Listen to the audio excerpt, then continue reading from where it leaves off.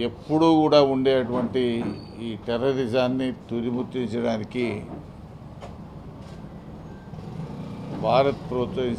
భారత్ పైన పాకిస్తాన్ ప్రోత్సహిస్తున్నటువంటి ఉగ్రవాదాన్ని కూకడి వేలతో తీసివేయాలంటే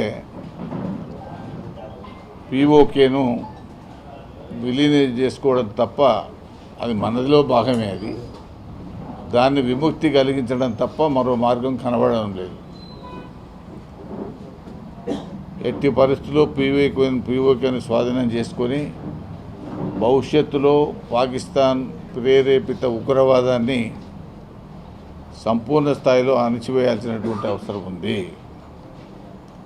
దానికంతటికీ భారత పౌరులు అందరూ కూడా సంపూర్ణ సహకారాన్ని అందించాల్సినటువంటి అవసరం ఉంది. అదేవిధంగా నిన్న తెలుగువాడైనటువంటి వీర జవాన్ మురళీ నాయక్ అమరుడైనటువంటి సందర్భంలో వారికి, వారి కుటుంబ సభ్యులకు తీవ్రమైనటువంటి సంతాపాన్ని తెలియజేస్తా ఉన్నాం. అదేవిధంగా గౌరవ ముఖ్యమంత్రి రేవంత్ రెడ్డి గారు నిన్న ఇచ్చిన పిలుపు మేరకు శాసనమండలి సభ్యులను నాతో పాటు